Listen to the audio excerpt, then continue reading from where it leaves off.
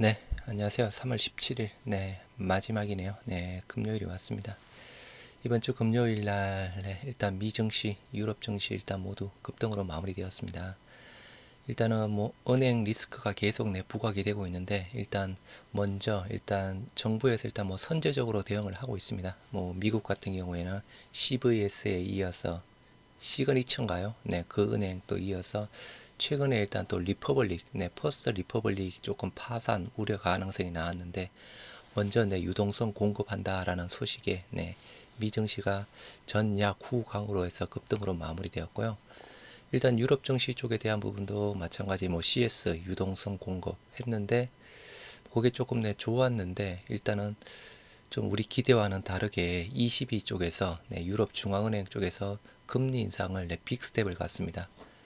0.5% 빅스텝을 갔는데요. 일단은 유럽의 물가는 미국 물가보다 조금 많이 셉니다. 네, 유럽 물가가 제가 알기로 한 8%대로 알고 있고 지금 미국의 물가는 한 6%대 부분이었죠. 그래서 기존에 유럽 같은 경우에는 자이언트 스텝으로 쭉 가다가 일단은 빅 스텝으로 여하튼 이번에 CS 은행권이 터졌음에도 불구하고 22 쪽은 인플레이션 잡는 게 우선 과제다라고 이야기를 하면서 일단 0.5 빅 스텝을 단행을 했습니다.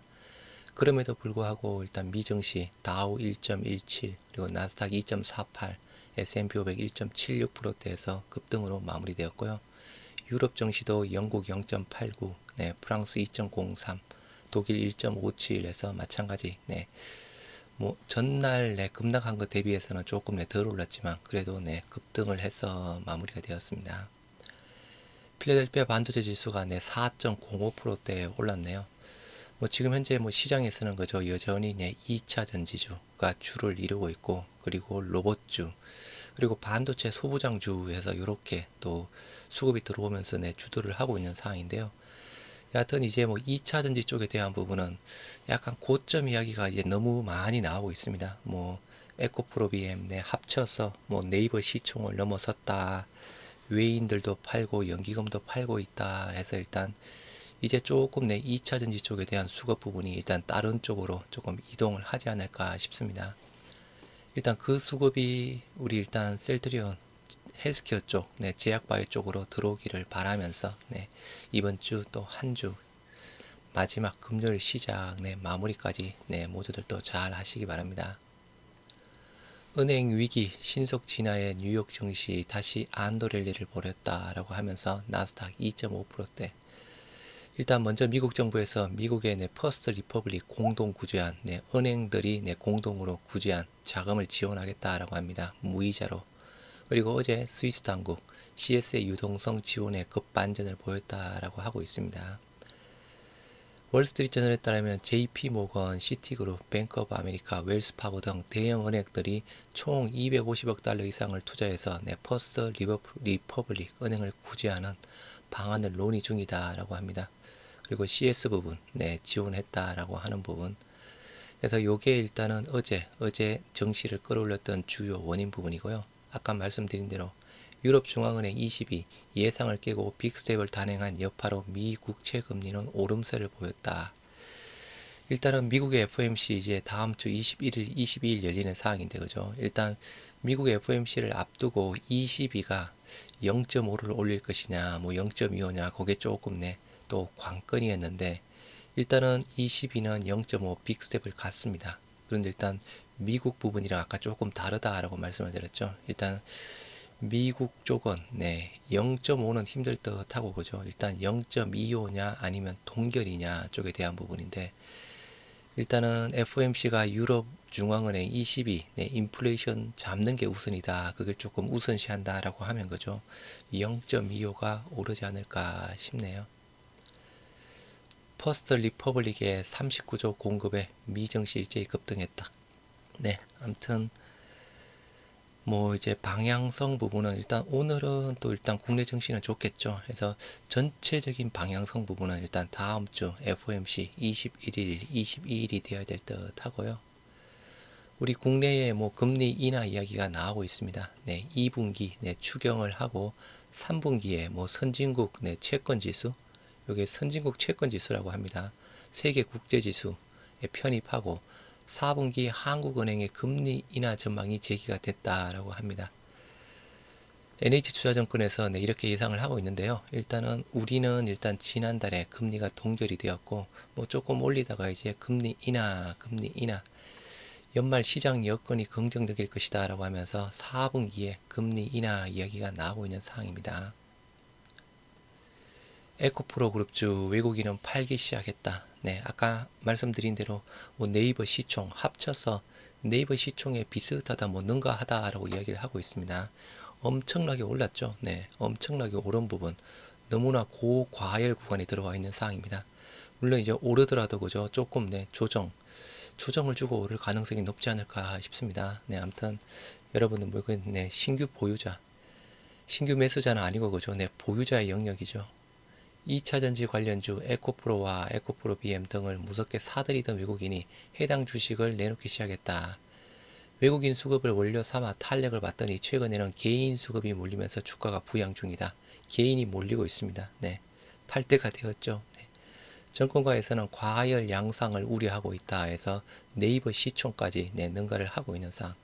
혹시나 조금 관심이 있더라도 이제는 지금이 아니고 그죠. 네, 조정을 줄 때 일단 뭐 다시 뭐 들어가든가 해야 되지 않을까 싶습니다. 네, 일화도 마시는 치료제 처방 경쟁 4파전에 뛰어들었다라고 하는데요. 우리 작년이었죠. 우리 셀트리온 제약이 판매하고 있는 아이큐어의 도네리온 패치, 요게 조금 부진하다라고 합니다. 셀트리온 제약의 패치제 일단은 뭐 작년 7월인가 8월 달에 출시가 되었는데 그죠. 네, 지금 처방량이 5천억대 5,700만 원에 그쳤다라고 하네요. 아이큐어와 셀트리온의 공동 글로벌 임상으로 기대를 모았던 도네리온 패치의 지난해 처방 실적 5,700만 원에 그쳤다. 8월 출시를 감안하더라도 기대에 훨씬 못 미치는 성적이다. 네, 아무튼 이게 또 약간 또 기대를 하고 있었는데 여하튼 좀 시간은 훨씬 더 많이 걸리는 듯 합니다. 그래서 일단은 도네리온 패치 쪽에 대한 부분은 일단은 셀트리온 제약 매출에 조금 좀 천천히 아주 보수적으로 봐야 될 듯 하고요. 일단 우리의 제일 큰 화두, 우리 휴미라 바이오시밀러, 우리 유플라이마 부분이죠. 유플라이마, PBM들이 등재를 할 때 일단 PBM 등재되는 게 가장 중요한 사항이고, PBM 등재가 될 때 여러 가지 요소가 있습니다. 뭐 고려하고 있는 요소 그죠. 특히나 그 중에 하나가 또 상호 대체 교환 가능성 쪽에 대한 부분이고, 대부분의 공통 사항들 뭐 안정적인 공급 능력, 오리지널 대비 뭐 차별화 전략, 뭐 편의성 등등, 이건 공통적인 사항입니다. 일단 대체 조절 가능성에 대한 부분은 그죠. 이게 뭐 일부에서는 뭐 약간 중요하다라고 이야기를 하고 있고, 또 일부에서는 아니다라고 이야기를 하고 있는데요. 일단 CVS 케어 마크를 이야기를 하고 있습니다. 미국 PBM 시장의 80%를 차지하고 있는 CVS 케어 마크가 상호 대체 교환 가능성은 그렇게 중요한 부분은 아니다라고 이야기를 하고 있습니다. 그래서 일단은 작년에 키움 정권에서 12월 달에 나온 어스와 PBM은 처음이지라고 해서 보고서를 보여드렸던 부분이 있습니다. 휴미라 시밀러 제품은 PBM에 등재되고 선호의약품으로 채택이 중요하다. 최근 대형 PBM이 잇따라 휴미라 시밀러 제품을 오리지널과 동등하게 등재하겠다고 밝히면서 휴미라 시밀러 제품들이 기존보다 빠르게 시장 점유율 침투가 가능해질 수 있는 환경이 조성이 되고 있다. 리베이트, 공급 안전성, 시장 인지도 측면에서 셀트리온 그룹의 협상력을 기대한다라고 하면서 아까 기사, 일단 미국 시장의 전체 PBM의 80%를 차지하고 있는 회사가 옵톰 RX 그리고 익스프레스 스크립츠, CVS 케어마크 부분입니다. 그래서 뭐 옵톰 RX 쪽에 대한 부분은 그죠, 세계 휴미라 시밀러 선호의약품에 넣겠다라고 이야기를 했던 사항이었고, 시그나 유나이티드 쪽에 대한 부분 마찬가지 부분이고, 일단은 가장 중요한 부분이 이제 PBM에 등재가 되는 사항이죠. PBM들이 시밀러를 적극적으로 처방약 목록에 등재하게 되면, 포함시키면 휴미라 시밀러 제품들이 기존보다는 빠르게 시장 점유율 침투가 가능해질 것으로 보인다 해서 이렇게 PBM 자체가 중요한 사항인데요. 일단은 어제 나온 그 조금 이틀 전에 나온 기사상으로는 CVS 쪽에 대한 부분은 상호 대체 교환 가능성이 아달리모밥, 휴미라 바이오시밀러 채택에 뭐 그렇게 큰 영향을 주지 않는다라고 이야기를 하고 있습니다. 기존에는 그죠? 네, 기존에는 최근에 약간 카디널스인가요? 네, 카디널스 쪽에 대한 보고서가 나왔던 사항이 있는데 그 사항으로는 네, 조금 중요하다라고 이야기를 하고 있는데 CVS 호환성으로는 아달리모바 바이오시밀러 채택이 촉진되지는 않을 것이다. CVS 헬스의 보고서에는 자가 면역 질환 환자에게 처방해야 할 사항을 결정할 때 다른 정보원이 상호 교환성을 추구한다고 전함에도 불구하고 여기 다른 정보원은 몇 달 전에 나온 카디널스 네, 여기 카디널 셀스의 보고서에서는 그죠 상호 대체 교환 가능성이 일단은 바이오시밀러 선택에 어느 정도 영향을 줄 것이다라고 이야기를 했던 사항이 있는데요.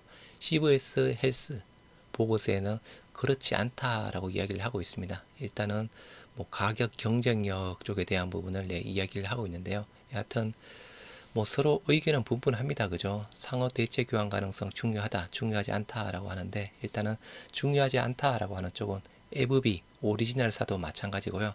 단기적으로 그리고 네, 그 삼성의 오가논, 네, 파트너사 오가논도 마찬가지고 암젠도 마찬가지고 단기적으로 상호 대체 교환 가능성은 그렇게 선택하는데 중요하지 않다라고 그렇게 대형 글로벌 빅 파마들이 그렇게 이야기를 하고 있습니다.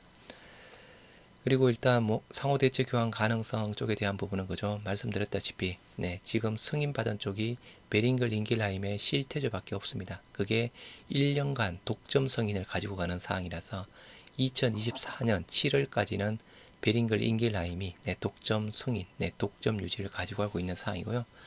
일단 우리 셀트리온 유플라이마 같은 경우에도 일단은 올해 8월인가요, 10월인가요? 네, 일단 중간 결과가 나올 수 있습니다.